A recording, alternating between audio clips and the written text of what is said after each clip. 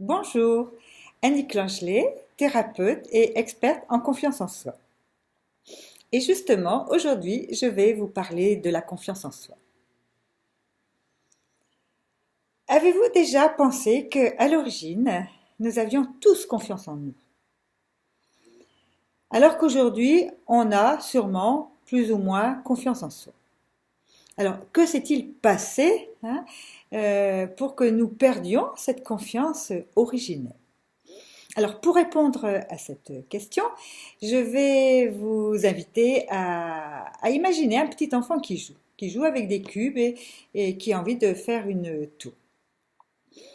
Donc, il monte les cubes et patatras, la tour tombe. Et là, selon le petit enfant, ou il peut pleurer, il a du chagrin, parce que sa tour est tombée, ou il est très en colère et il envoie tout valser. Jusque-là, j'ai envie de dire tout va bien parce que il est en apprentissage, il fait une expérience, il ressent ce qu'il ressent, donc tout va bien. C'est sans compter sur l'intervention d'adultes qui peuvent être là et qui commencent à émettre des jugements de valeur. Oh, t'es pas très adroit, oh, tu n'y arrives pas bien, etc., etc. Donc, peu à peu, nous sommes toujours en apprentissage, nous faisons des expériences et peu à peu, nous intégrons des jugements que nous avons entendus ou que nous avons ressentis de l'extérieur. Et plus on a de jugements, comme on dit, négatifs, moins on a confiance en nous et moins on va s'autoriser à faire de nouvelles choses. Un apprentissage, quel que soit donc notre âge, nous sommes toujours en apprentissage. Heureusement que quand nous avons appris à marcher, au bout de quelques chutes, nous ne nous sommes pas dit bon ben là c'est fini, j'arrête, vraiment je suis nulle, j'y arriverai jamais. Non, on a continué. Et en fait, quand on réussit dans la vie, et réussir dans la vie, ça veut dire avoir le ressenti intérieur qu'on vit, comme on a vraiment envie de vivre. Quand on réussit dans la vie, qu'on est content de soi, c'est parce que comment dire, on se donne des autorisations à faire des expériences et ce n'est pas qu'on a comme on dit, quand on pointe certaines personnes qu'on dit avoir réussi, ce n'est pas que ce sont des gens qui n'ont plus de peur, non, tout être humain a des peurs, mais ce sont des peurs et on avance avec. Si justement on est motivé pour quelque chose, même si j'ai peur, j'y vais. Si je sais pas, je tombe amoureux, même si j'ai un peu peur, bon, la plupart du temps, j'y vais quand même. Voilà. Donc, ce qui va être important, c'est de revenir à ce qui est vraiment dans notre tréfonds pour savoir, mais au fond de moi, qu'est-ce que je veux vraiment vivre? Quel que soit le domaine, professionnel, affectif, argent, qu'est-ce que je veux vraiment? À partir de là, voir les obstacles qu'on a qui nous empêchent d'aller vers ce qui nous anime, vers ce qui est important pour nous. Les obstacles et les saboteurs. Pour cela, c'est important d'écouter nos multiples aspects intérieurs, notre petite voix qui sait ce qu'on veut vivre. Mais bien souvent, il y a ce qu'on appelle dans la communication non violente la voix chacale. La voix chacale, c'est elle qui nous juge, qui émet des jugements et qui nous empêche de passer à l'action. Notre guide, c'est la voix bienveillante, c'est elle qui va être notre guide et on va pouvoir se référer à elle. La voix bienveillante, vous pouvez lui donner totalement votre foi, avoir confiance en elle.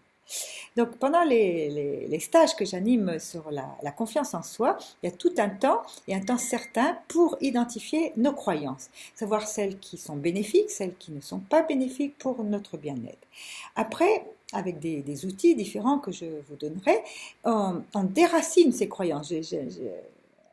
Oui, l'image qui me vient, c'est déraciner, parce que c'est tellement profond que parfois on ne sait même plus que ce sont des croyances.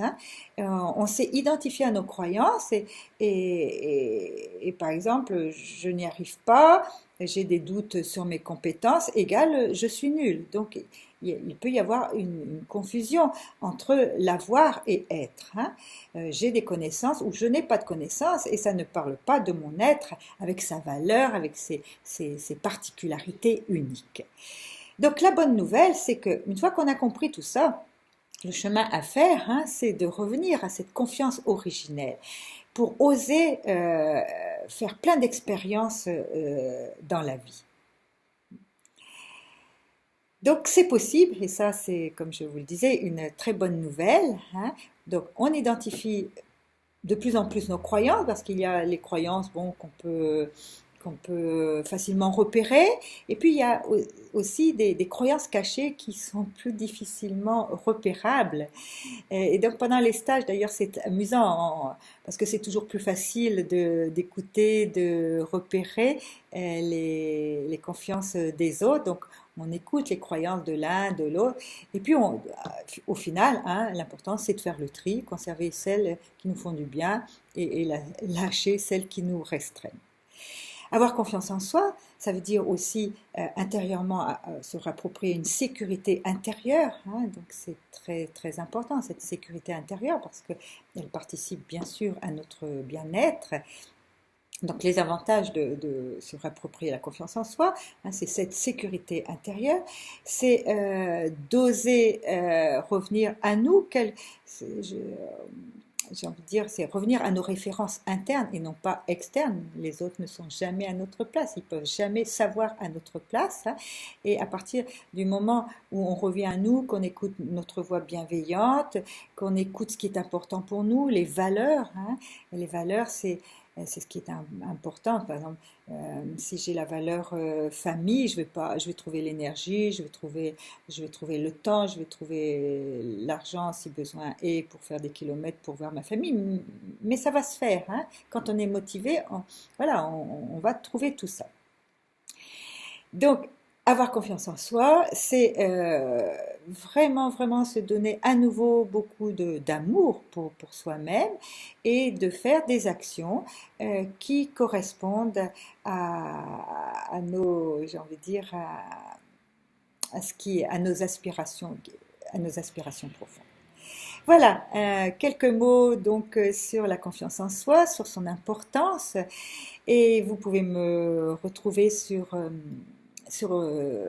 mon site annicklangelet.fr, et Langelet ça s'écrit L-E-N-G-E-2-L-E, et sur Facebook Annick Langelet Thérapie. J'espère que vous allez vous servir de cette vidéo pour réfléchir à là où vous en êtes dans votre vie, dans votre confiance, et que cette vidéo va vous booster pour enlever des étiquettes qu'on a pu vous coller et qui ne vous correspondent plus, pour vous mettre des bonnes étiquettes, à nouveau croire en la belle personne que vous êtes, qui est unique, et puis peut-être j'aurai l'occasion et le plaisir de vous rencontrer un jour et de cheminer avec vous et de vous booster pour que tous les jours ou très souvent vous fassiez des petits pas, des petites actions pour vivre vos rêves. Je vous dis donc à bientôt. Au revoir.